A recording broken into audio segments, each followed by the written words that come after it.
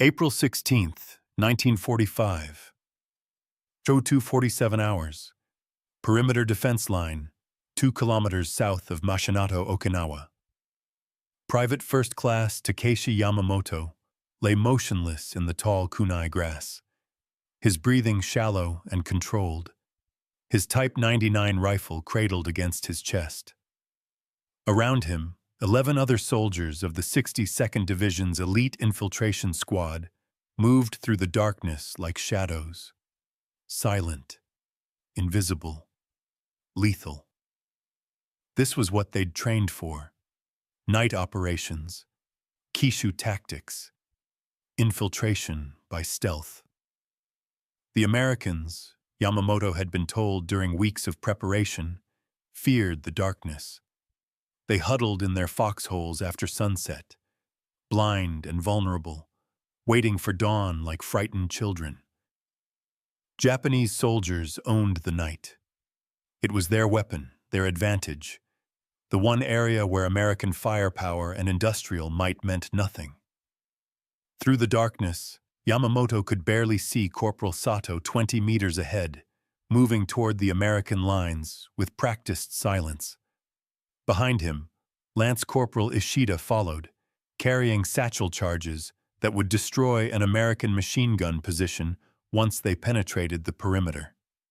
The plan was simple, proven through months of successful operations: infiltrate during darkness, strike at dawn when visibility improved, but American soldiers were still groggy and disoriented, create chaos in rear positions, withdraw before organized resistance could form. The night air smelled of mud and vegetation, carried the distant sound of American artillery firing toward Japanese positions farther south. Yamamoto's eyes had adapted to the darkness, enough to see shapes, movements, the silhouettes of his comrades, enough to navigate without stumbling. The moon was a thin crescent, providing minimal light. Perfect conditions. What Takeshi Yamamoto didn't know, what none of the infiltration squads probing American lines that night could have imagined, was that 300 meters ahead, Sergeant Frank Morrison of the 96th Infantry Division was watching him through technology that shouldn't exist. A device that turned infrared light, invisible to human eyes, into visible images. A telescope mounted on a modified M1 Carbine that allowed Morrison to see Japanese soldiers moving through complete darkness as clearly as if they were illuminated by floodlights. Morrison adjusted his grip on the WWII carbine, the infrared scope heavy but balanced, powered by a 28-pound battery pack strapped to his back like a metal parasite. Through the eyepiece, the world glowed green and ghostly. The kunai grass appeared as pale shapes, and moving through it, clear as day, he could see Japanese soldiers, 12 of them, advancing in tactical formation toward American positions. "Contact," Morrison whispered into the field telephone connecting him to the platoon command post. 12 hostiles bearing 035, range 60 yards. Request permission to engage. Lieutenant Hayes's voice came back immediately. "Permission granted. Take them." Morrison centered the reticle on the lead Japanese soldier, a figure that would have been completely invisible without the scope. The man was moving well, staying low, advancing with the confidence of someone who believed he was unseen. Morrison squeezed the trigger. The M1 Carbine's report shattered the night silence. Through the scope, Morrison watched the Japanese soldier crumple. The others froze. Morrison could see their confusion in the sudden stillness of their forms. They didn't understand. Couldn't understand. How had an American spotted them in complete darkness? Morrison fired again. Another soldier fell. Now the Japanese were moving, trying to take cover, but Morrison could see every movement. The infrared lamp mounted under the T-3's stock bathed them in invisible light. They might as well have been standing under spotlights. Yamamoto heard Corporal Sato fall with a wet gasp. then Ishida. The shots seemed to come from nowhere, from everywhere, impossibly accurate in darkness where no one should be able to see anything. Around him, men were dying to fire that found them with precision that defied every assumption about night combat. "Scatter!" Sergeant Tanaka hissed. "Break contact!" Yamamoto rolled left, crawling through the grass, his heart hammering. Another shot. Another soldier dead. The Americans were shooting at individual targets in complete darkness. Not area fire, not suppressive bursts into the void, hoping for lucky hits. Aimed fire. Precise fire, as if they could see. Morrison worked methodically through the Japanese formation. The scope made it almost too easy. Each target appeared clearly, movements visible, concealment meaningless. He fired at figures 50, 60, 70 yards away, distances where conventional night combat would have been impossible. The T-3's effective range was supposedly 100 yards with the infrared scope, but Morrison had found that reliable kills came easier inside 70. Within 90 seconds, 8 Japanese soldiers were dead or dying. The remaining 4 were fleeing, crawling desperately back toward their own lines, abandoning weapons, abandoning the wounded, driven by terror of an enemy who could kill them in darkness where they should have been invisible. Yamamoto made it back to Japanese lines 20 minutes later, gasping, traumatized, his uniform soaked with the blood of Corporal Sato, who had died beside him from a wound that had found him in total darkness. When Sergeant Tanaka demanded his report, Yamamoto's voice shook. "The Americans can see in the dark. I don't know how, but they can see us. They shot Sato, Ishida, Nakamura, individual shots, not area fire. They weren't guessing. They were aiming. At us. In complete darkness." Tanaka stared at him. "That's impossible. No one can see in complete darkness. You panicked. I know what I saw." Yamamoto's hands were trembling. "They killed 8 men with maybe 12 shots. Perfect accuracy. In the dark. How do you explain that?" Tanaka couldn't explain it. Neither could Captain Yoshida when Tanaka reported the failed infiltration. Nor could Colonel Nishimura when the reports compiled from multiple infiltration attempts that night showed a pattern. Japanese squads that had operated successfully for months were suddenly being decimated before reaching American lines. Not by area fire or defensive concentrations, by precision shooting, in darkness where such shooting should be impossible. At dawn, Japanese observers studying American positions through binoculars noticed something odd. Some American riflemen carried carbines fitted with unusual optical devices, long tubes mounted above the barrel, larger and bulkier than any sniperscope. The devices protruded well past the muzzle, and what looked like a flashlight was mounted beneath the stock. But these modifications made no tactical sense. Sniper optics were useless at night, and flashlights would simply give away positions. What the Japanese observers were seeing were the first combat deployments of the T-3 carbine with M2 infrared scope, technology that represented a convergence of electronics miniaturization, battery development, and optical engineering that had seemed impossible when development began in 1943. Technology that was about to end Japan's night combat advantage as completely as proximity fuses had ended kamikaze attacks. The M2 Sniperscope, nicknamed Millie by American troops, worked on a principle that was simultaneously simple and revolutionary. Shine infrared light on targets while viewing them through a scope that converted infrared wavelengths into visible images. Infrared light was invisible to the human eye, which meant the American soldiers using the scopes could illuminate entire areas without being detected. To Japanese soldiers, the Americans remained in complete darkness. But to Americans looking through the infrared scopes, Japanese infiltrators appeared as clear as daylight. The technology had taken 2 years to develop and refine. The first prototypes, demonstrated in September 1943 at Fort Belvoir, Virginia, had proven the concept but revealed dozens of problems. The vacuum tubes required to amplify the infrared signal were fragile, the optics crude, the battery power insufficient.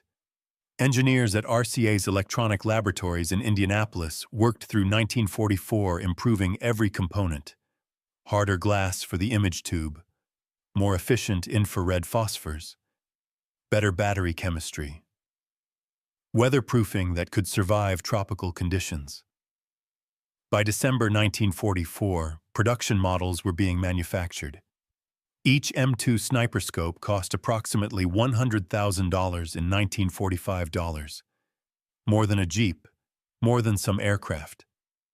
The price reflected not just sophisticated electronics, but the challenge of creating military-grade equipment from components designed for laboratory use. Every vacuum tube had to survive rough handling, temperature extremes, humidity, and the shock of carbine recoil. Failure rates were high. Quality control was obsessive. The Army initially ordered 500 Sniperscopes and 1,000 of the simpler Sniperscopes, handheld observation devices without the carbine mount. As testing continued and reports from early deployments proved the technology's value, procurement increased.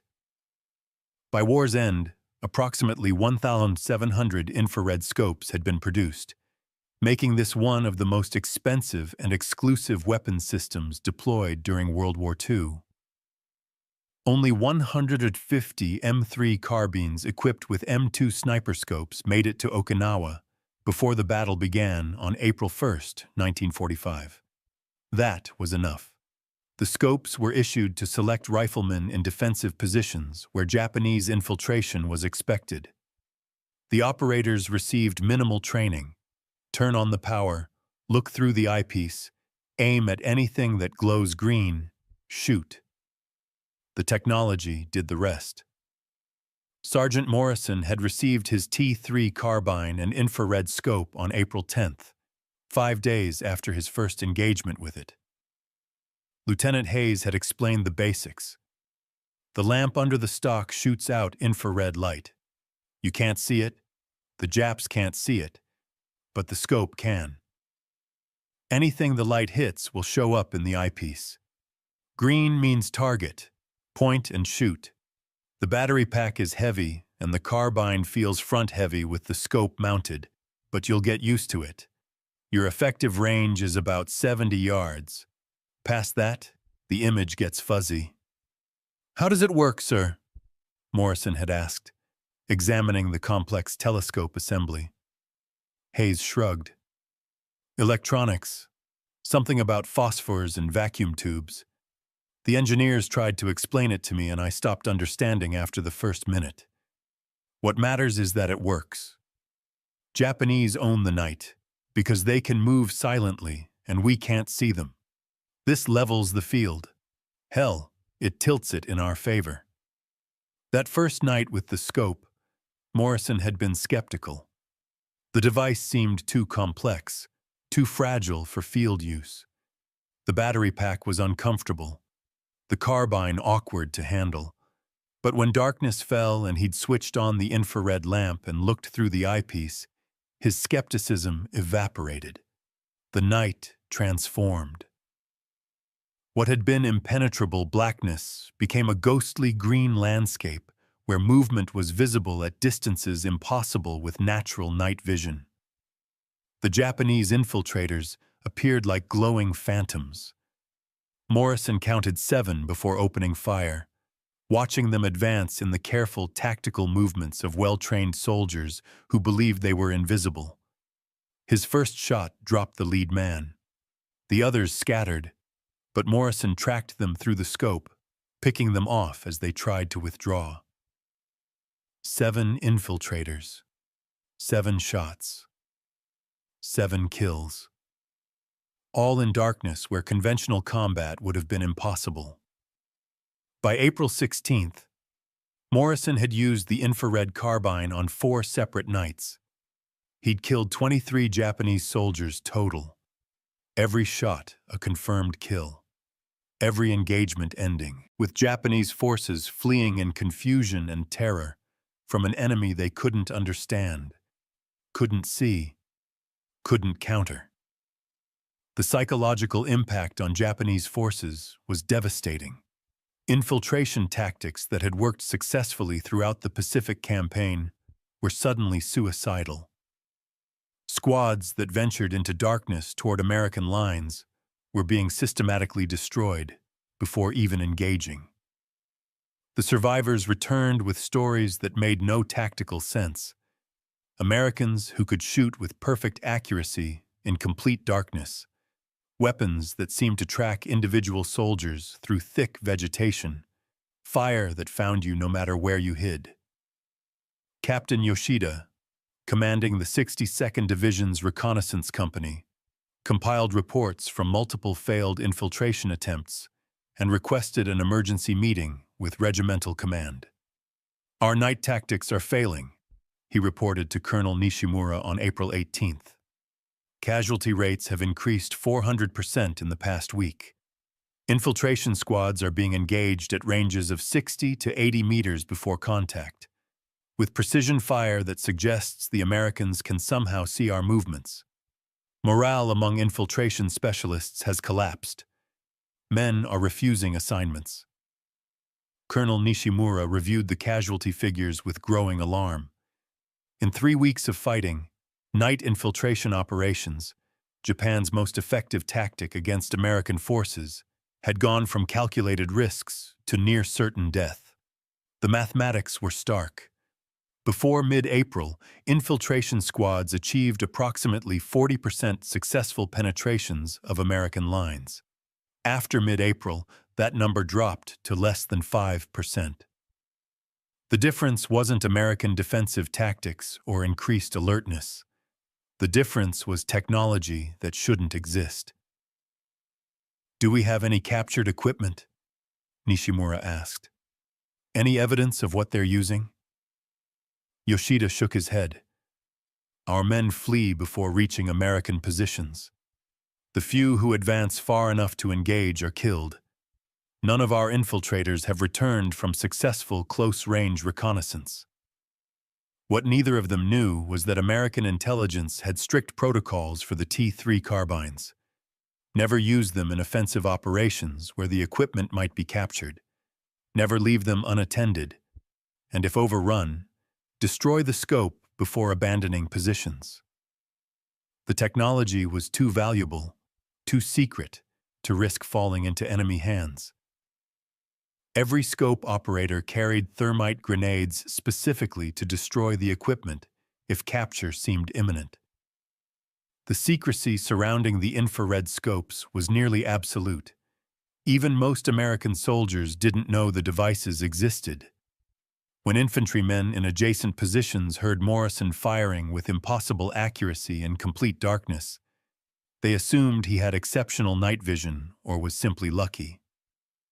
The scopes were issued without explanation, used without fanfare, and removed from service if damaged or if the operator became a casualty. Takeshi Yamamoto survived the war, but he never attempted another night infiltration after that April night, when Corporal Sato died beside him from fire that found them in darkness. In 1963, during an interview with an American historian studying Pacific War tactics, Yamamoto was shown a photograph of the T3 carbine with infrared scope. He stared at it for a long moment before speaking. "So that's what killed us," he said quietly. "We thought the Americans had developed night vision like cats, or had trained soldiers with supernatural abilities. We didn't know it was technology. How could we? The idea of seeing in complete darkness through a machine, that was science fiction. We were fighting ghosts who could see us, but whom we couldn't see. Terror at night became absolute. Every shadow could contain an American with one of those devices. Every mission into darkness became a death sentence. If you had known about these scopes in April 1945, would it have changed your tactics? Yamamoto thought carefully before answering. We would have stopped night operations completely. Our advantage in darkness had always been psychological. Americans feared what they couldn't see. But if they could see everything, then darkness was just another place where they had superior technology. Like their artillery, their aircraft, their ships, they made night into day, and they killed us in both. The infrared scope had accomplished something that firepower alone couldn't. It had taken Japan's last tactical advantage and turned it into a liability. And it had done so with only 150 weapons deployed to Okinawa, a number so small that most American forces never saw the technology, but large enough to make Japanese night operations effectively impossible wherever the scopes were deployed. As night fell on April 16th, and Sergeant Morrison powered up his T3 Carbines infrared scope for another watch, he had no idea he was operating one of the most sophisticated weapons systems deployed in World War II. To him, it was just a tool that let him do his job. To the Japanese soldiers watching American lines from the darkness, wondering if tonight's infiltration would find them dead like so many comrades before them, it was something far more terrifying. Proof that American technology had reached levels where even darkness, the last refuge of the outmatched, provided no sanctuary. The night belonged to whoever could see in it. And for the first time in the Pacific War, that was the Americans. The problem that would eventually lead to the T3 Carbine's infrared scope began manifesting in 1942, almost as soon as American forces engaged Japanese troops in jungle terrain. From Guadalcanal through New Guinea to the Philippines, a consistent pattern emerged. Japanese forces owned the night. American soldiers trained in conventional tactics and dependent on visual identification of targets became prey after sunset. Japanese infiltrators moved through darkness with unnerving skill, appearing inside American perimeters without warning, throwing grenades into foxholes, cutting communication wires, creating psychological terror that left entire units sleepless and shattered. The tactics had been refined through years of fighting in China. Small squads, sometimes just 2 or 3 men, would advance silently during darkness, moving with patience that American sentries couldn't match. They attacked rear positions, supply dumps, command posts. The damage was often minimal in material terms, but the psychological impact was devastating.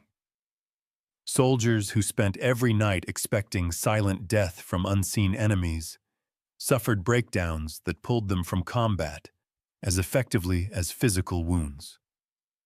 Lieutenant Colonel Paul Freeman, commanding the 35th Infantry Regiment on Guadalcanal, wrote in his after-action report, "Night defense presents our most serious tactical challenge. Japanese infiltrators penetrate our lines with regularity. Sentries report seeing nothing before grenades explode among their positions. The men are exhausted from constant vigilance yet remain unable to prevent infiltration. We kill Japanese soldiers at dawn when visibility returns, but by then the damage is done. We need a method to detect enemy movement at night before they reach our positions."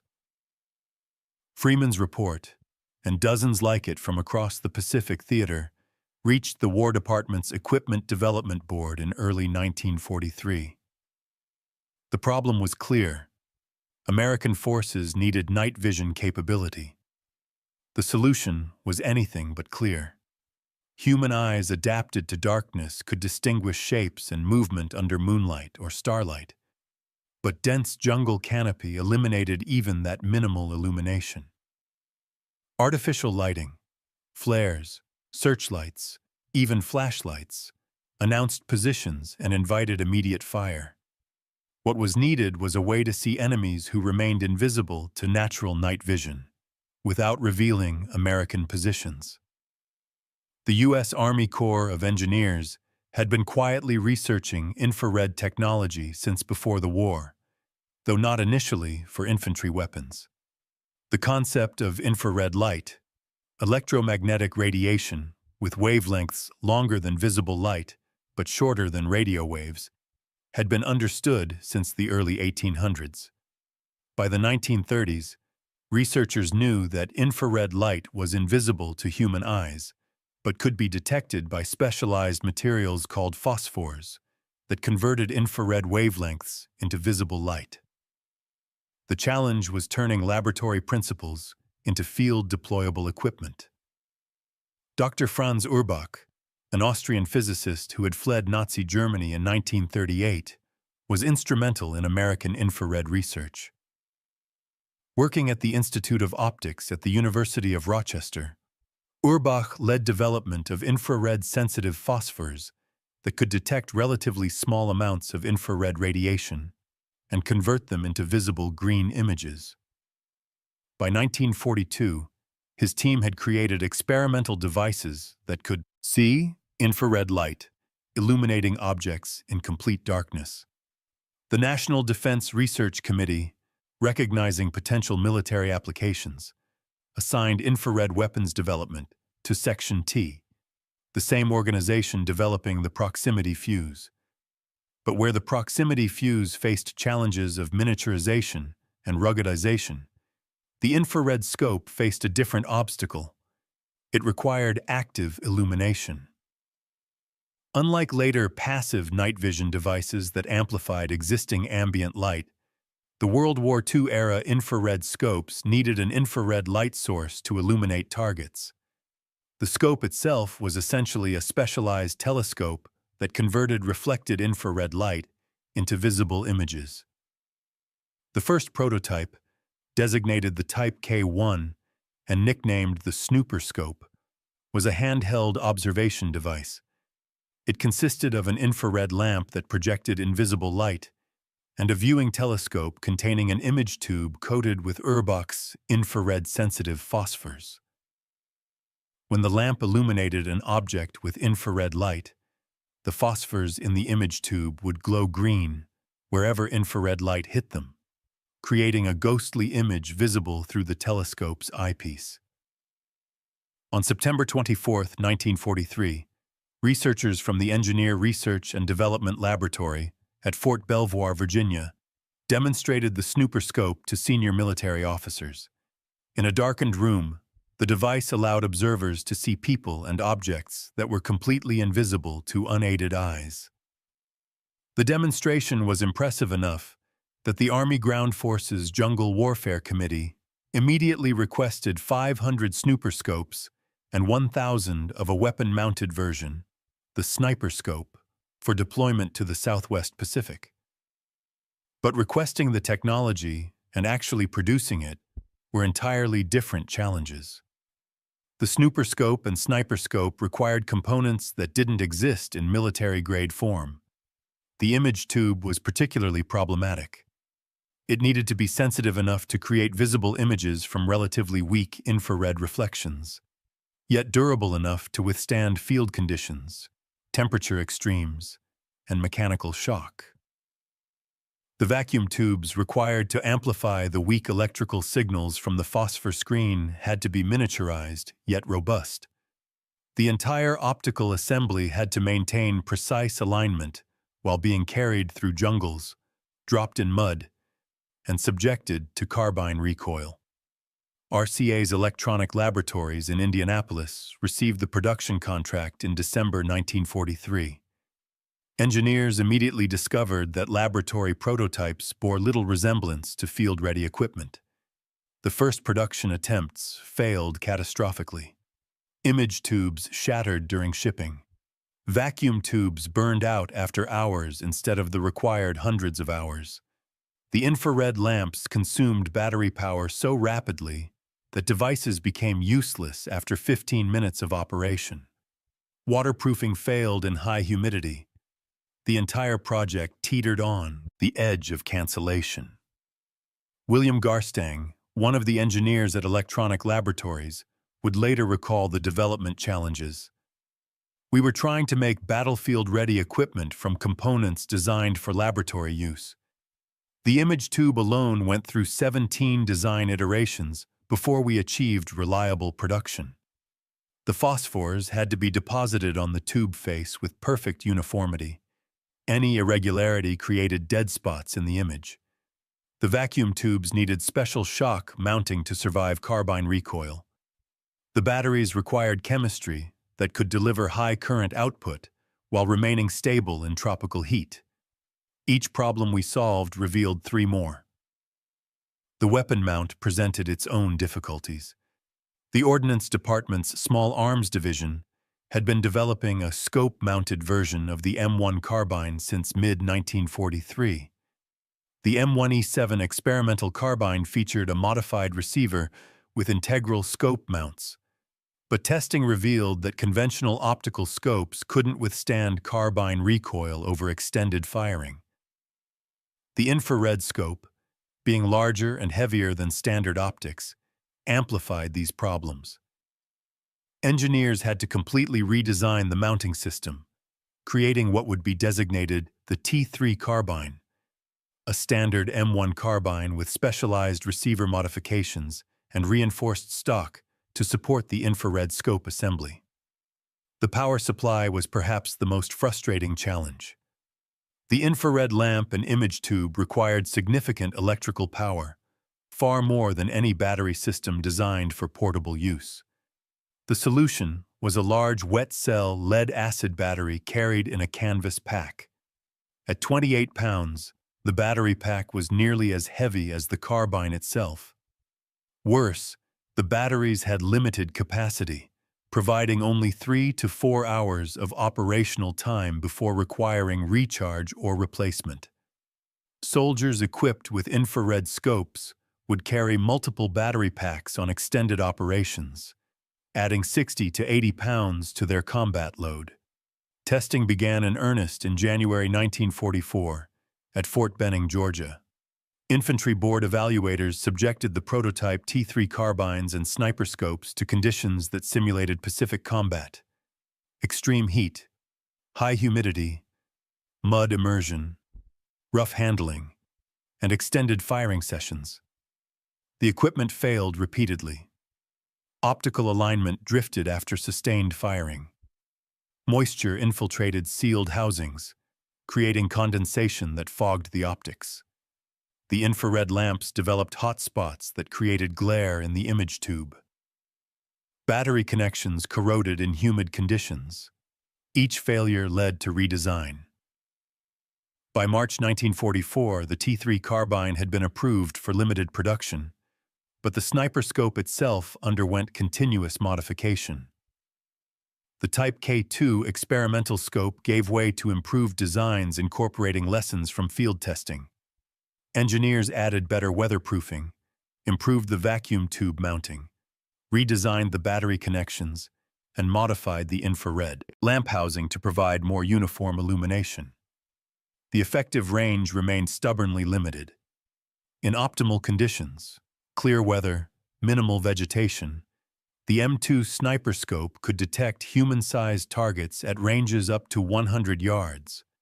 But atmospheric conditions, humidity, and vegetation significantly degraded performance. Dense jungle could reduce effective range to 30 or 40 yards. Rain rendered the devices nearly useless. Fog created glare that washed out the image.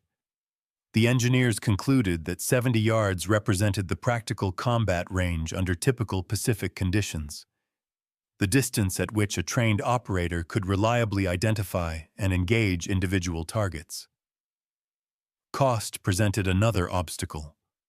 The complex electronics, specialized optics, and low production volumes meant each M2 Sniperscope cost approximately $100,000 in 1945 dollars, equivalent to roughly $1.7 million today.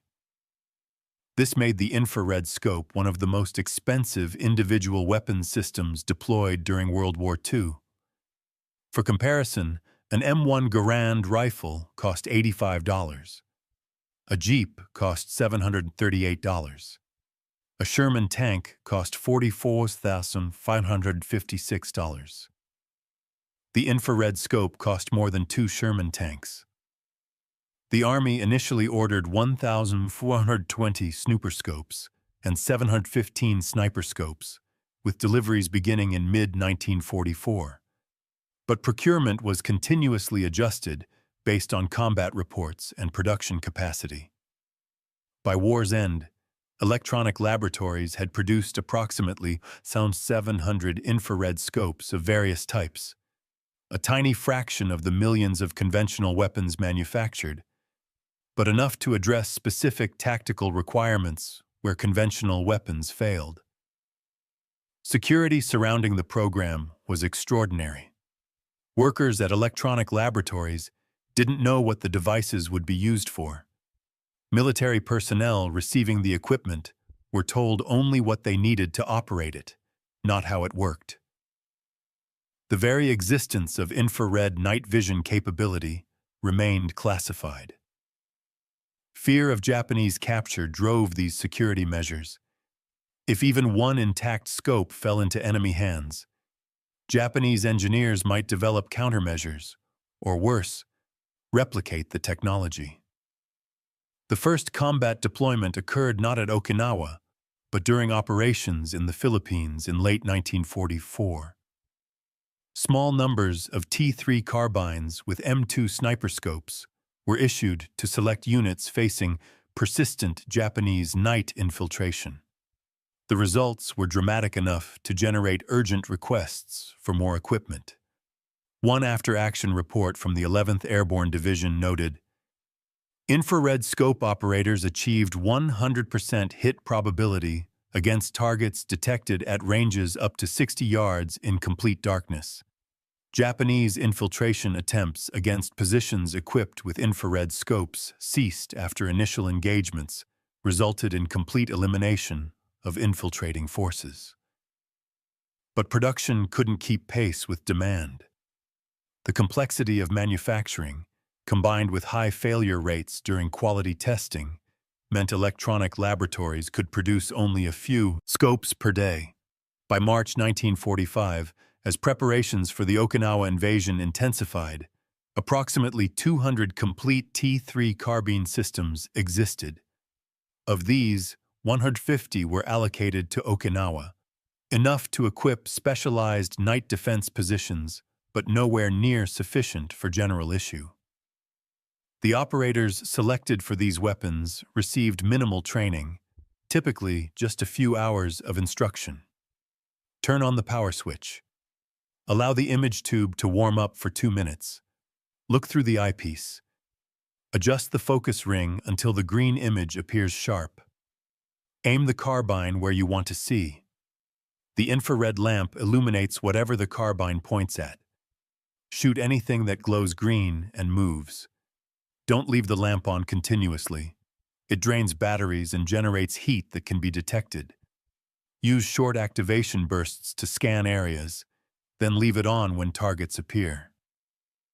The simplicity of operation disguised sophisticated technology. Inside the image tube, a photocathode converted incoming infrared light into electrons.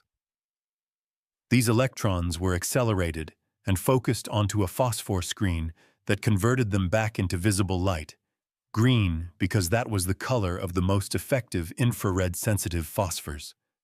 The vacuum tubes amplified the weak electron stream, making faint infrared reflections visible. The entire optical chain had to maintain precise alignment and electrical characteristics. Any degradation in any component would reduce image quality or cause complete failure. Maintenance was challenging. The image tubes had finite lifespans, typically degrading after 100 to 200 hours of use. Vacuum tubes failed unpredictably. Batteries required constant recharging. The infrared lamp's filaments burned out. Units in the field had to carry spare components and perform repairs that required technical knowledge most infantrymen didn't possess. Special maintenance teams followed the scopes into combat, tasked with keeping the delicate equipment operational. By early April 1945, as American forces landed on Okinawa, the 150 T3 carbines with infrared scopes were distributed to defensive positions where Japanese infiltration was expected. The operators understood they possessed something unique and valuable, though most had only vague understanding of how the technology worked. They knew the scopes let them see in complete darkness, knew the batteries were heavy and the equipment fragile, knew they were specifically ordered to destroy the scopes if capture seemed imminent. What they didn't know, what even most senior officers didn't know, was that they were using technology years ahead of anything possessed by any other military in the world. The Germans had experimented with infrared devices for tanks and had developed some infrared optics for defensive use, but nothing approaching the portability and sophistication of the American infantry scope. The Japanese had no infrared program at all. The concept of seeing in darkness through electronic means was so foreign to Japanese military thinking that even captured scopes would have seemed like incomprehensible magic. The night of April 16th, when Sergeant Morrison killed 8 Japanese infiltrators in 90 seconds, wasn't just a tactical success. It was proof that American engineering had solved problems that seemed unsolvable just 2 years earlier.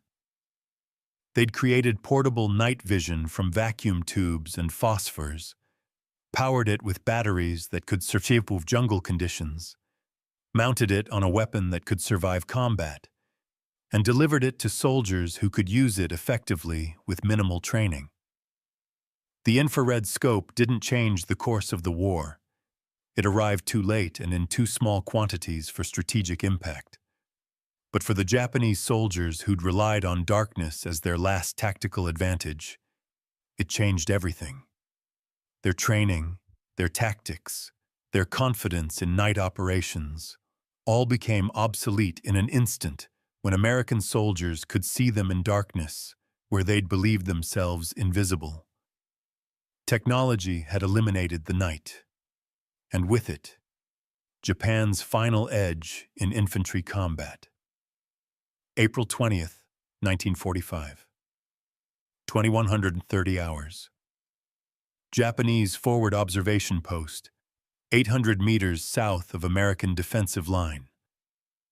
Staff Sergeant Kenji Watanabe gathered his infiltration team in the shell crater that served as their assembly point. 18 men, all veterans of night operations, all survivors of the grinding attrition that had reduced the 62nd Division to a fraction of its original strength. In the fading twilight, Watanabe could sense the weariness in their faces, but also the grim determination. They'd been selected for this mission because they were the best. The soldiers who hadn't panicked when previous infiltration attempts ended in inexplicable slaughter. "Listen carefully," Watanabe said, his voice barely above a whisper. 3 previous squads have failed to penetrate the American line in this sector. All reported accurate fire in complete darkness. We don't understand how the Americans are achieving this, but we know it's happening. Therefore, our approach will be different. He sketched in the mud with a stick. We advance in 3 groups of 6, separated by 50 meters. If one group comes under fire, the others continue. We move slower than normal, take twice the usual time to cover the distance. We use maximum dispersion, and we do not withdraw until we've accomplished the mission or all 3 groups are engaged. Private Hiroshi Tanaka, 19 years old and on his 3rd infiltration attempt, raised his hand. "Sergeant, what if the Americans truly can see in the dark? How do we counter that?" Watanabe met his eyes.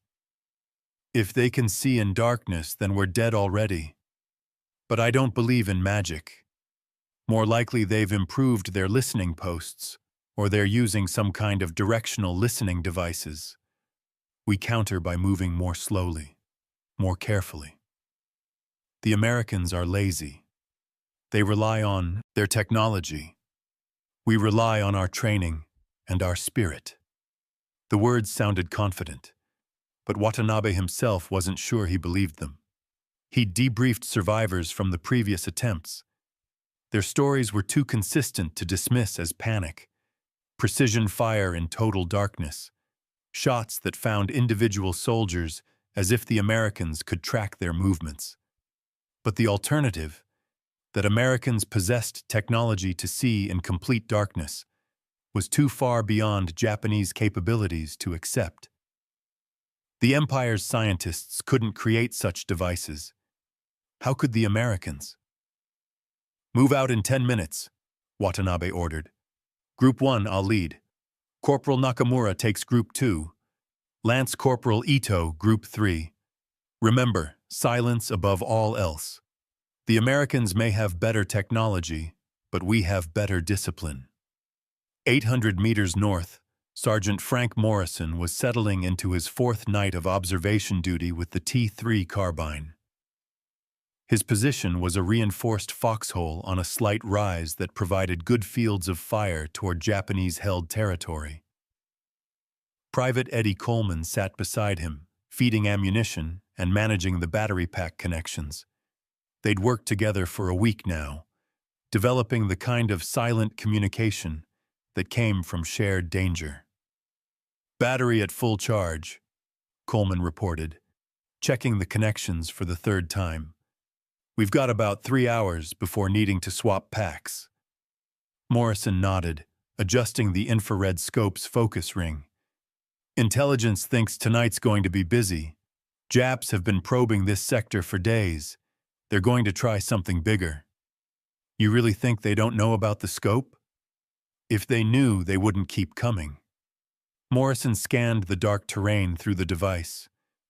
The green-tinted world revealed kunai grass swaying in the breeze, shell craters filled with shadow, the distant tree line where Japanese positions began. Nothing moving. Yet. They know something's wrong. They're not stupid. But they can't figure out what. To them, we're just shooting blind and getting lucky. 50 yards to Morrison's left, Corporal James Jimmy Delacroix manned another T3 carbine position. To the right, 70 yards away, Private First Class Robert Takahashi, a Nisei soldier whose Japanese language skills made him invaluable for interrogations, operated the 3rd infrared scope in this defensive sector. 3 scopes covering a 200-yard front. Expensive technology, but the math was compelling. 3 soldiers with night vision could do what would normally require an entire platoon on constant alert. Lieutenant Hayes had explained it during the briefing. "We've got 18 T3 carbines across the entire regimental front. You 3 cover this sector. The Japs don't know where you are. Don't know how many scopes we have. Don't know anything except that trying to infiltrate here is suicide. Your job is to make them believe we can see everywhere in the dark. Kill anything that moves in your fields of fire. Make them afraid of the night." At 2145 hours, Watanabe's Group 1 began their advance. 6 soldiers moving in single file, separated by 10-meter intervals, staying low in the kunai grass. Watanabe led, his senses hyper-alert for any sign of American activity. Behind him came Private Tanaka, then Corporal Yamamoto, Private Saito, Lance Corporal Ishida, and Private First Class Endo bringing up the rear. They moved at a crawl, taking 5 minutes to cover 20 meters. Painfully slow, but if the Americans were using sound detection, speed would give them away. The night was warm, humid, filled with the chirping of insects. No moon, Perfect conditions for infiltration by traditional standards. Watanabe could barely see Tanaka behind him, just a vague shape in the darkness. Good. If he could barely see his own men at 10 meters, the Americans certainly couldn't see them at 100. Morrison had been watching Watanabe's group for 3 minutes. Through the infrared scope, the Japanese soldiers appeared as clear green silhouettes moving through the grass. He counted 6, noted their excellent spacing and discipline. These weren't the usual hasty infiltrators. These men knew their business. Coleman, Morrison whispered. 6 targets, bearing 042, range 90 yards. Call it in. Coleman spoke quietly into the field telephone. Command, this is position 3. 6 hostiles advancing. Sector 4, Bravo. Lieutenant Hayes's voice came back. Hold fire. Let's see if there are more. Morrison kept watching. The Japanese were moving with impressive stealth, advancing slowly through terrain that offered minimal cover. Against conventional night defense, they'd probably succeed in getting within grenade range before being detected. Against the infrared scope, they might as well have been walking under spotlights. Movement, Sector 4, Charlie. Corporal Delacroix's voice crackled over the field telephone net. 6 more, trailing the first group by about 50 meters. Position 5 here. That was Takahashi. Got another 6 in Sector 4 Delta. Same spacing. Hayes's voice carried satisfaction. They're trying a dispersed advance. Smart, but it won't help them. All positions, weapons free on my command. We let them close to 60 yards, then we take them all simultaneously. Delacroix, you take the lead group. Morrison, center group.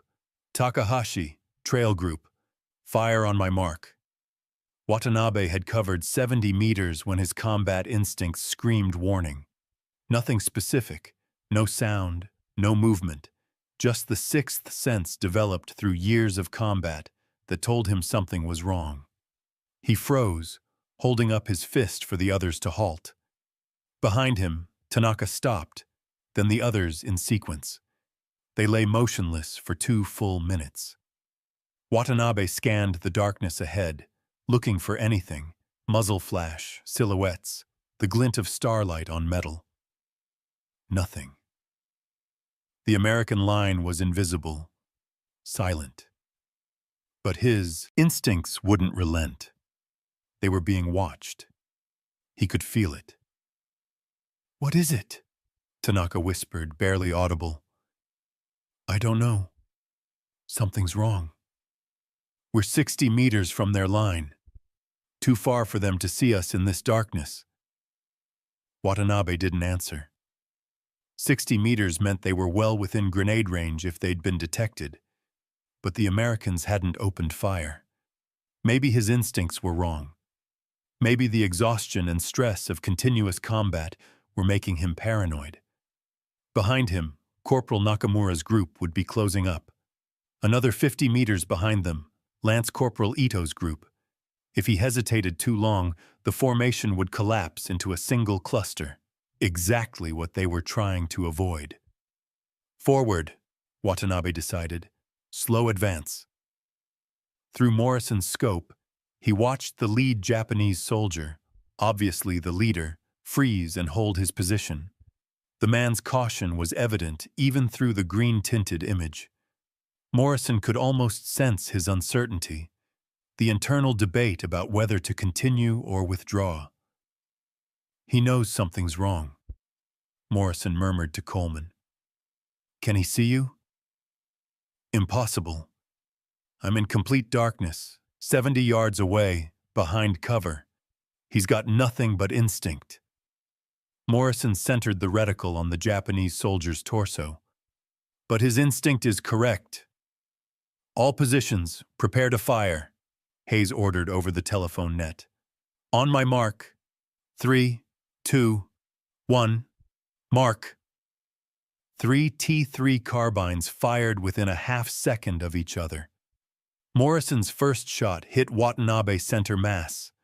Before the sergeant even began to fall, Morrison had shifted to Tanaka, fired again. Shift. Fire. The third soldier was turning, trying to understand where the shots were coming from. Morrison's round caught him in the side as he rose from the grass. To Morrison's left, Delacroix was working through his targets with the same methodical precision. The mechanical sound of carbine bolts cycling, the flat cracks of .30 caliber rounds, the brief silence between shots, all of it overlapping as 3 American soldiers destroyed 18 Japanese in less than 20 seconds. Watanabe felt the bullet hit him, a massive punch to his chest that drove the air from his lungs. He fell backward into the grass, trying to breathe, trying to understand what had happened. No muzzle flashes, no warning, just sudden, precise fire from darkness where nothing should be visible. Around him, his men were dying. He could hear them, brief cries cut short, the wet sounds of bullets finding flesh, the desperate rustle of soldiers trying to flee. He managed to roll onto his side, gasping, blood filling his mouth. Through failing vision, he saw Tanaka crumple 5 meters away, saw Yamamoto try to run and fall after 3 steps, saw Saito cut down as he attempted to return fire toward an enemy he couldn't see. They can see us, Watanabe thought with crystalline clarity. They're not guessing. They're not lucky. They can actually see us in complete darkness. The revelation came too late. Watanabe's vision dimmed, his lungs no longer functioning, his body going cold despite the tropical night. His last conscious thought was simple and devastating. We never had a chance. Morrison worked through his 6 targets in 12 seconds. All 6 down. Through the scope, he could see them lying motionless in the grass. Group 2 eliminated, he reported. Group 1 eliminated, Delacroix confirmed. Group 3. Takahashi's voice carried tension. I've got 3 down, but 3 broke contact. They're withdrawing fast, bearing 180. Let them go, Hayes ordered. We want survivors. We want them to report what happened. Private First Class Endo ran through the darkness, his heart hammering, his breath coming in ragged gasps. Behind him, the firing had stopped. That meant everyone else was dead. 18 men, Japan's best infiltrators, destroyed in seconds by an enemy they never saw. Endo had been at the rear of the formation when the firing began. He'd seen muzzle flashes, brief, scattered, from multiple positions, but nothing before that. No warning, just sudden death arriving from invisible enemies. He ran for 10 minutes before collapsing behind a shell crater, gasping, trembling. Gradually, his breathing steadied. His training reasserted itself. He was alive. He had to report, had to tell someone what had happened, even if he couldn't explain it. As dawn broke, Endo made his way back to Japanese lines. He found Captain Yoshida at a command post dug into a hillside, looking haggard and older than his 32 years. Report, Yoshida ordered without preamble. Endo's words tumbled out. The entire mission failed, sir. Sergeant Watanabe is dead. Everyone in my group is dead. Everyone in all 3 groups except 2 others who fled. The Americans, sir. They fired with perfect accuracy, in complete darkness, at 60 to 70 meters range, individual aimed shots. I never saw them, never heard them until they opened fire. It was like they could see us. Yoshida stared at him. You're saying the Americans shot 18 men in complete darkness with precision fire? Yes, sir. Not area fire. Not suppressive fire. They targeted us, They knew where we were. And you saw nothing. No lights, no flares. Nothing, sir. Just darkness, then firing, and all of it accurate. Yoshida dismissed Endo and sat alone in his command post, reviewing reports from the past 2 weeks. 47 soldiers lost in infiltration operations. Success rate near 0. Survivors consistently reporting impossible accuracy in complete darkness. The pattern was undeniable, but the explanation remained elusive. At 0800 hours, Yoshida presented his findings to Colonel Nishimura. Sir, our night infiltration tactics have become ineffective. I believe the Americans have developed some kind of night vision device.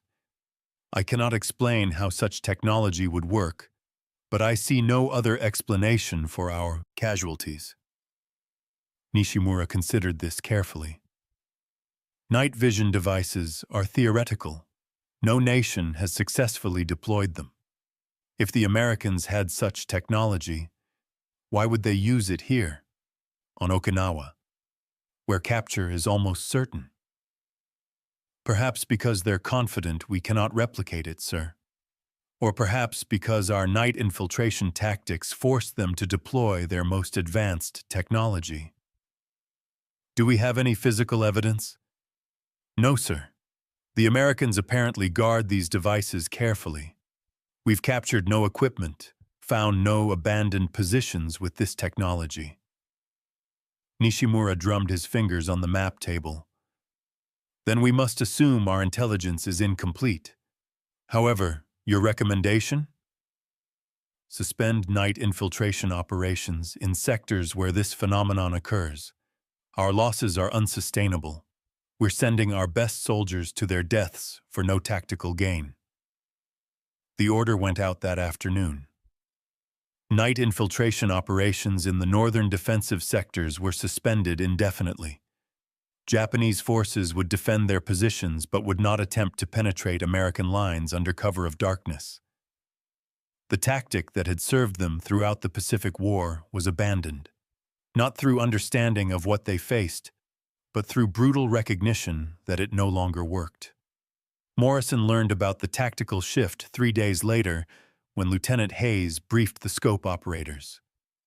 Intelligence reports that Jap infiltration attempts have dropped to near 0 in our sector. They're still probing in areas without the scopes, but wherever we've deployed the T3 carbines, they've stopped coming. We've effectively ended their night operations with 150 weapons. Do they know what we're using? Morrison asked. They know something's wrong. They might suspect some kind of night vision device, but they can't prove it, can't counter it, and apparently can't replicate it. So they've just stopped. They own the day, we own the night. Except they need the night more than we do. That evening, Morrison sat in his foxhole watching the sun set over Okinawa's scarred landscape. Coleman was checking the batteries, performing the ritual maintenance that kept the scope operational. You know what's strange? Coleman said. We've killed what? 50 Japanese between us? Maybe more? And none of them ever knew what hit them. They died not understanding why they died. Morrison looked through the scope at the empty terrain. Maybe that's worse than dying. Not even knowing what killed you. Just darkness. Then nothing. Is that better or worse than knowing? I don't know, but I'll tell you this, I'm glad we have these things and they don't. Fighting fair is for training. In combat, you use every advantage. And if that advantage means the enemy dies confused and afraid, then that's their problem, not mine. The scope had done more than provide tactical advantage. It had broken Japanese psychological confidence in night operations. Soldiers who'd trained for years in infiltration tactics now refused assignments, knowing they faced invisible enemies with impossible capabilities.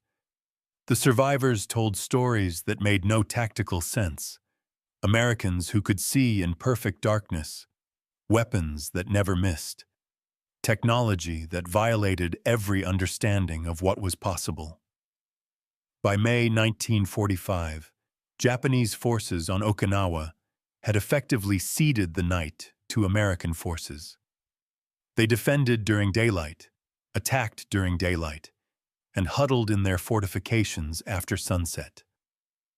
The reversal was complete. The army that had owned the darkness now feared it, and none of them ever understood exactly why. They knew the Americans possessed some technological advantage. They suspected night vision devices of some kind, but the specifics remained mysterious. How did the devices work? How many existed? Could they be countered? Questions without answers. Fear without solutions. Sergeant Kenji Watanabe died never knowing that infrared light, invisible to human eyes, had illuminated him like a beacon. Never knowing that vacuum tubes and phosphor screens had converted that infrared light into visible images. Never knowing that his opponent had been watching him through technology that would have seemed like magic if explained. He died believing he'd faced an enemy with supernatural abilities, not recognizing that American engineering had achieved something far more impressive than magic. It had turned science fiction into mass-produced reality, and that reality had killed him. The effectiveness of the infrared scopes on Okinawa generated statistics that seemed almost too good to believe. By the end of the first month of operations, intelligence analysts had compiled data from interrogations, captured documents, and after-action reports. The numbers told a story that transformed tactical doctrine. In sectors where T3 carbines with infrared scopes were deployed, Japanese infiltration success rates dropped from 40% to less than 5%. More striking, casualty analysis suggested that approximately 30% of Japanese soldiers killed by small arms fire in those sectors died at night to scope-equipped riflemen. A staggering proportion, given that only 150 scopes existed across the entire 10th Army. The psychological impact proved even more significant than the body count. Japanese units facing scope-equipped American positions began refusing night operations entirely. Officers reported discipline problems when soldiers were ordered to conduct infiltration missions. Men who had volunteered for elite infiltration units requested transfers. The prospect of advancing into darkness, where invisible enemies could track your every movement, proved more demoralizing than daylight combat against superior firepower. Lieutenant Colonel Yahara Hiromichi, senior operations officer for the Japanese 32nd Army, compiled a report in late April that captured the dilemma facing Japanese forces. American defensive capabilities at night have improved dramatically in recent weeks. Our infiltration tactics, which previously achieved significant disruption of enemy rear positions, now result in complete casualties with minimal tactical gain. Survivors report precision fire in complete darkness, suggesting the Americans possess some form of night vision device. Without understanding this technology or developing countermeasures, continued night operations represent an unacceptable expenditure of trained personnel. The report recommended suspending offensive night operations, except in sectors where American night capabilities hadn't been demonstrated. But this created its own problem. By avoiding certain sectors, Japanese forces effectively revealed which American positions possessed the scopes. And the Americans, recognizing this, occasionally moved the scopes to new positions, forcing Japanese commanders to guess where the invisible technology waited. For the American soldiers operating the scopes, the technology had become routine. What had seemed like science fiction in April was standard procedure by May. Sergeant Morrison and the other scope operators developed techniques through experience, short bursts of infrared illumination to scan areas, then sustained illumination when targets appeared. They learned that atmospheric conditions affected performance. Humidity reduced range, rain created glare, dense vegetation scattered the infrared light. They discovered that the scopes worked better in some terrain than others, and that movement was easier to detect than stationary targets. The maintenance challenges proved as significant as the tactical advantages. Private Eddie Coleman, who'd started as Morrison's battery handler, had evolved into an unofficial scope technician. He'd learned through trial and error how to diagnose common failures. If the image was dim, check vacuum tube connections. If it flickered, replace the image tube. If nothing appeared, test the infrared lamp. The official maintenance manual pawned to 50 pages of technical specifications, but Coleman's field manual fit on 2 pages of notes. Hit it here if this happens. Replace this part if that happens. The engineers designed these things for laboratory conditions, Coleman explained to a new scope operator in mid-May. Perfect temperature, low humidity, clean power. Out here we've got mud, rain, 90-degree heat, and batteries that sometimes decide to die for no reason. You learn to keep it working through field expedience and prayer. Mostly prayer. The spare parts pipeline was tenuous. Each scope required specialized components that couldn't be manufactured in the field. When an image tube failed, which happened every 100 to 200 hours of operation, the entire scope became useless until a replacement arrived. The logistics system prioritized these components, but shortages occurred. By late May, several T3 carbines sat inactive waiting for parts, reducing the already limited number of operational scopes. Yet even with these limitations, the scopes achieved effects disproportionate to their numbers. Japanese forces planning operations had to assume American night vision capability existed in any defensive sector because the cost of being wrong was complete mission failure. This assumption forced tactical compromises, avoiding certain avenues of approach, conducting operations only during daylight, accepting defensive postures where offensive action might have been possible. Captain Yoshida, whose reconnaissance company had suffered devastating casualties in April, spent May trying to understand what his men faced. He interviewed every survivor of failed infiltration attempts, compiled their observations, and attempted to deduce the nature of American night vision technology. The pattern his analysis revealed was consistent but puzzling. American fire came from stationary positions, the same positions each night. The effective range appeared limited to 60 to 80 meters. The Americans didn't pursue fleeing Japanese soldiers beyond this range. The fire was precise but not instantaneous.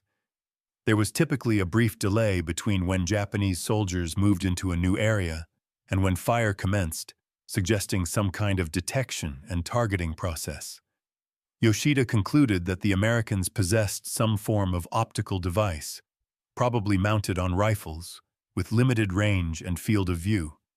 He theorized that it might use infrared light, invisible to human eyes but detectable by specialized optics. The theory was technically sound, but Yoshida had no way to test it. Japanese military research had conducted minimal work on infrared technology, focusing instead on conventional optics and radar. The concept of infantry portable infrared night vision was so foreign to Japanese military thinking that even proposing countermeasures seemed pointless. Even if we understood the technology, Yoshida told his company officers, we lack the industrial capacity to replicate it. The Americans can apparently miniaturize electronics and optics to fit on a rifle. We struggle to produce basic radio equipment. The technological gap is too large to bridge during wartime. The disparity in technological approaches had been apparent throughout the war, but the infrared scope made it visceral. Japanese industry focused on simple, rugged equipment that could be manufactured with limited resources. American industry created sophisticated devices that required advanced materials, precision manufacturing, and complex supply chains, then produced them by the thousands. The M2 Sniperscope cost $100,000 per unit, more than Japan spent on equipment for entire companies. Yet America deployed 150 of them on Okinawa alone, as if cost were irrelevant. The scopes saw use beyond Okinawa, though in smaller numbers. In the Philippines, where operations continued into June and July, several T3 carbines equipped special operations teams hunting Japanese holdouts in mountain terrain.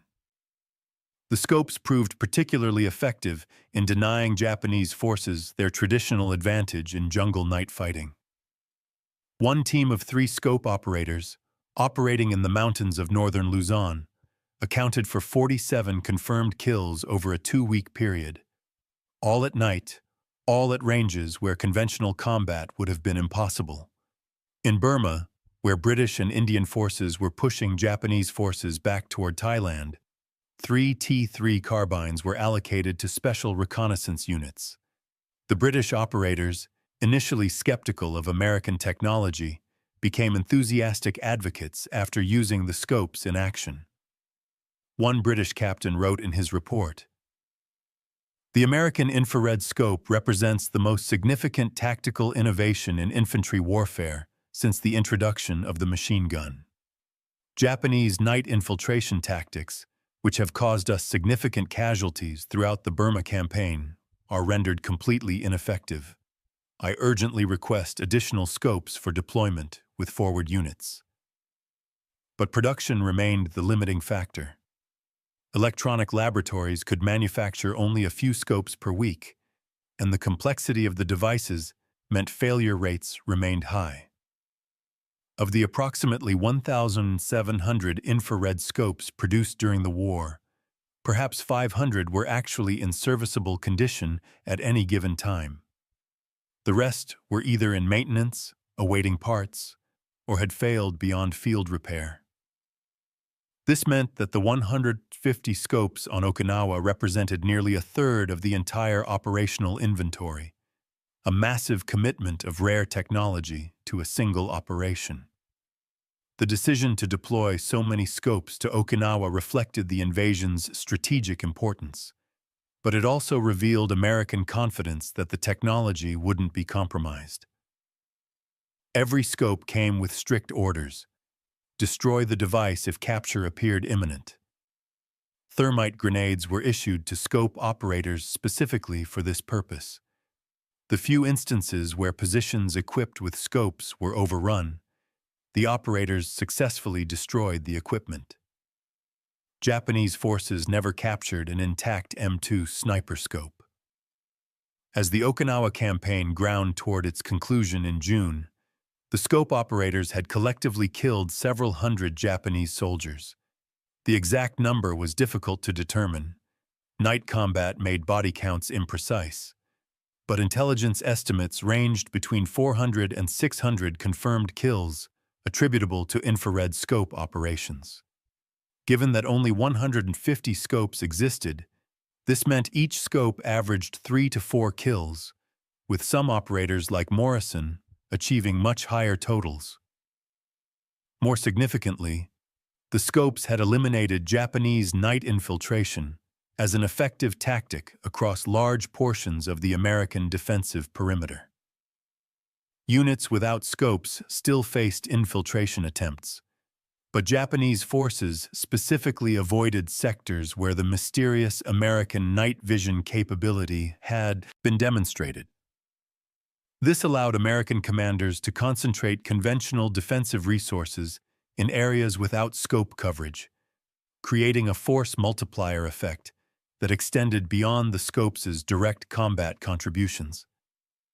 By early June, With Japanese forces compressed into the southern tip of Okinawa, the utility of night vision scopes diminished. The fighting had devolved into close-range combat against fortified positions where darkness provided minimal advantage to either side. The scopes were withdrawn from frontline use, carefully packed for shipment to the next operation. That operation would have been the invasion of mainland Japan, scheduled for November 1945. Planning documents from Operation Olympic, the invasion of Kyushu, called for 500 T3 carbines with infrared scopes, more than 3 times the number used on Okinawa. Production was being ramped up, with electronic laboratories aiming for 100 scopes per month by August. Training programs were expanded. New tactics were developed to maximize the scope's effectiveness in urban terrain and against fortified positions. The plans assumed that Japanese forces on the home islands would rely heavily on night infiltration tactics, given their disadvantages in conventional combat. American planners expected that eliminating this tactical option through widespread deployment of infrared scopes would significantly reduce casualty projections. One planning document noted, "Denial of night operations, capability to Japanese forces will force engagement during daylight hours when American firepower and air superiority provide maximum advantage. Estimated reduction in projected casualties, 10 to 15%. But the invasion never occurred. On August 6th and 9th, atomic bombs destroyed Hiroshima and Nagasaki. On August 15th, Emperor Hirohito announced Japan's surrender. The infrared scopes, along with countless other weapons and plans, became artifacts of a war that ended before they could reach their full deployment. In the aftermath, Japanese officers who had faced the mysterious American night vision capability finally learned what they'd been fighting against. During the occupation, American forces demonstrated the T3 carbines with infrared scopes to Japanese military officials as part of broader technology exchanges. The reactions were consistent: amazement at the sophistication, recognition that Japanese industry couldn't have produced similar devices, and retrospective understanding of why night infiltration tactics had failed so catastrophically. Major Takashi Nakamura, who had commanded infantry companies on Okinawa, examined an M2 Sniperscope at a demonstration in September 1945. He looked through the eyepiece at objects illuminated by infrared light, seeing them appear in the characteristic green glow. After several minutes, he handed the scope back to the American officer conducting the demonstration. "This explains much," Nakamura said quietly.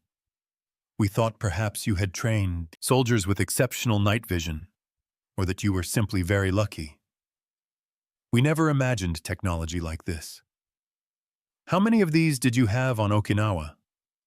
"About 150. Nakamura did mental calculations. "And yet you forced us to abandon night operations across your entire defensive front. We assumed you had many more. That was the idea. Make you think every position might have night vision capability. Force you to plan as if we could see everywhere in the dark.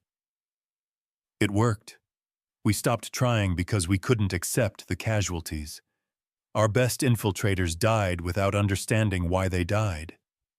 That was..." Nakamura paused, searching for the right word. "That was devastating to morale. More than the deaths themselves, the incomprehensibility of the deaths. Men will face known dangers with courage. Unknown dangers that make no sense, that breaks them.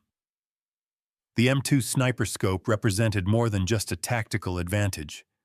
It exemplified the American approach to warfare: identify problems, develop technological solutions, manufacture them at scale, and deploy them before the enemy can respond.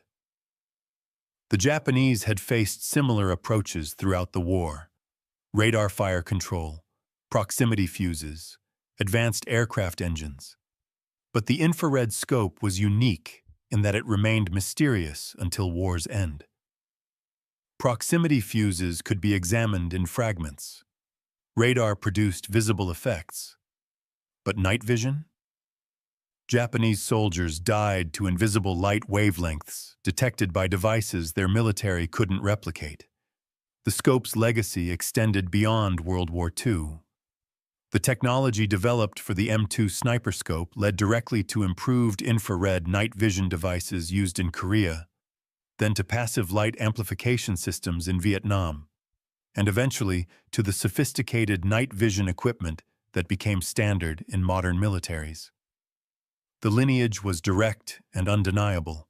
Every soldier who has ever worn night vision goggles or used a thermal sight owes a debt to the engineers at electronic laboratories who figured out how to make vacuum tubes and phosphor screens work in a device that could survive being strapped to a rifle and carried into combat. For the soldiers who had operated the scopes on Okinawa, the technology faded into memory. Morrison returned home in late 1945, his T3 carbine confiscated before he left the Pacific. He'd killed perhaps 50 Japanese soldiers with it, more enemy combatants than most infantrymen accounted for during the entire war. Yet he couldn't tell anyone about the weapon he'd used. The infrared scope program remained classified until the late 1940s. When Morrison tried to describe it to his family, they thought he was exaggerating or confusing movies with reality. Magic binoculars that let you see in the dark? That was Buck Rogers stuff, not real military equipment. It would be decades before the full story emerged, before historians compiled the records and interviewed the participants and documented how 1,700 infrared scopes, 150 of them deployed to Okinawa, had eliminated Japan's last tactical advantage and foreshadowed the technology-driven warfare that would dominate the decades to come. The soldiers who died to invisible light never got to learn what killed them. But their commanders, surviving the war and examining American equipment during occupation, finally understood. They'd been fighting an enemy who could turn night into day through electronics, who could see in darkness where human eyes were blind, who possessed technology that made traditional tactics obsolete. And they recognized, with the clarity that comes from hindsight, that they'd never stood a chance. The final accounting revealed numbers that captured both sophistication and limitation. Electronic laboratories produced approximately 1,700 infrared scopes between 1943 and 1945, fewer than 3 per day. Each required 200 hours of skilled labor and cost $100,000 in 1945 dollars. More expensive than 2 Sherman tanks. More expensive than a P-51 Mustang fighter. Yet America manufactured them anyway, because technology that saved lives was worth any price. Margaret Holloway, who spent 18 months installing vacuum tubes in image assemblies, worked without knowing what she built. They told us these devices helped soldiers see at night, but that didn't mean much. It wasn't until the 1960s, watching Vietnam news, that I realized what I'd made. By then, the technology seemed primitive, but it worked. At the time, that was enough. On Okinawa, 150 scopes out of 180,000 troops, 0.08% of the force, eliminated Japanese night infiltration across entire defensive sectors. Several hundred enemy soldiers killed with near-perfect efficiency. Thousands more demoralized by invisible death they couldn't understand or counter. The return on investment, measured in lives saved and tactical advantage gained, far exceeded the financial cost. More importantly, the scopes demonstrated that darkness could be conquered through technology. For thousands of years, night had been the great equalizer in warfare. The infrared scope changed that fundamental equation. One side could see, while the other remained blind. The implications extended far beyond World War II. In Korea, improved M3 carbines with updated scopes proved even more effective. By Vietnam, passive light amplification systems had replaced active infrared technology. Modern night vision, fourth-generation intensifiers, thermal imaging, fusion systems would be unrecognizable to World War II operators. Yet the lineage was direct. Every soldier who has worn night vision goggles owes a debt to the engineers who made vacuum tubes survive rifle recoil and women who assembled them in Indianapolis factories. In 1988, a reunion brought together T3 carbine operators and Japanese veterans who'd survived encounters with the scopes.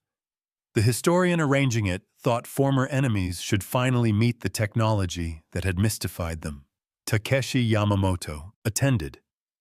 66 years old, retired postal worker, his trauma carefully managed through decades of work and family.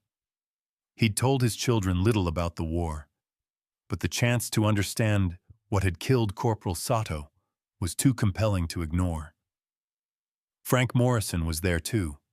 Also retired postal service, some career paths transcended former enemies. He'd brought a museum T3 carbine, M2 Sniperscope still mounted, electronics long dead, but appearance identical to what he'd used 43 years earlier. Morrison explained the technology through an interpreter.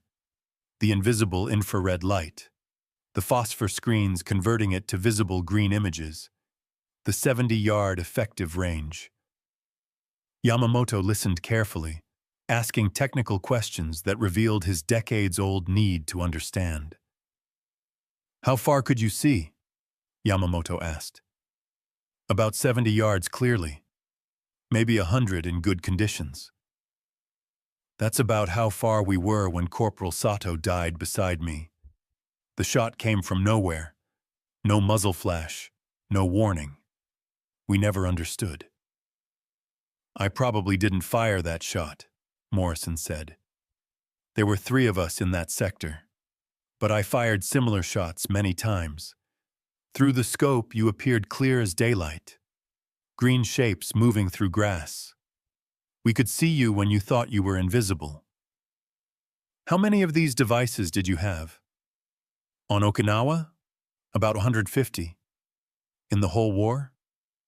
Maybe 1,700 total." Yamamoto's eyes widened. "That's all. We assumed thousands. We thought every American position might have this." "That's what we wanted you to think. Make you afraid everywhere, even though we could only cover specific sectors." It worked. After mid-April, our officers stopped sending missions into certain areas. Better to fight during the day, where we at least understood what we faced. Morrison studied the older Japanese man. "Did you know you'd lost when you encountered the scopes?" Yamamoto considered carefully. "Not from one weapon, but from what it represented. The Americans had technology we didn't know existed. The scopes took away our last advantage. We were better at night fighting. Then you created technology that made our training irrelevant. That's when I personally knew we'd lost. When American engineering defeated Japanese spirit." Lieutenant Hiroshi Nakamura, another Japanese veteran, asked, "Did you feel anything about killing men who couldn't see you?"